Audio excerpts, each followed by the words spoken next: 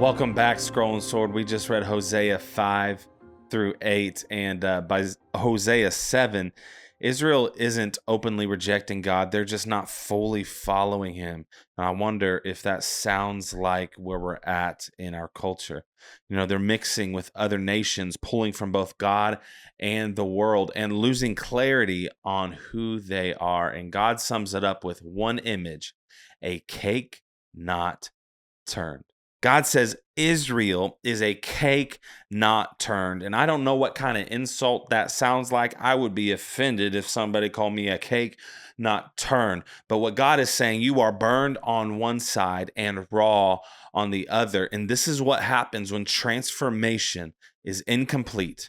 This is what happens when formation happens in an uneven manner. That's what God is talking about here. You are burned on one side and you're raw on the other. You got formed, overly done on one side. You done too much on one side and you didn't do anything at all on the other. Your formation has been uneven.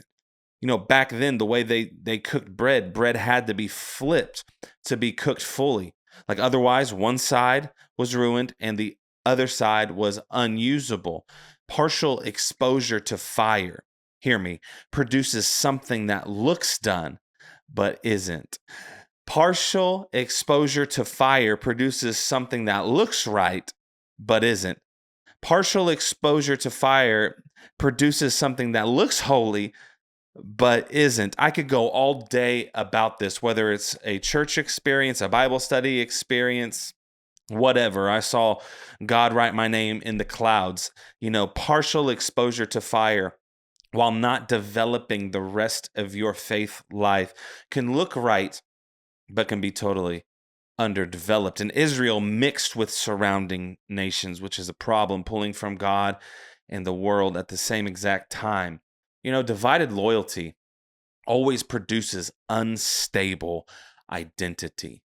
Divided loyalty always produces unstable identity.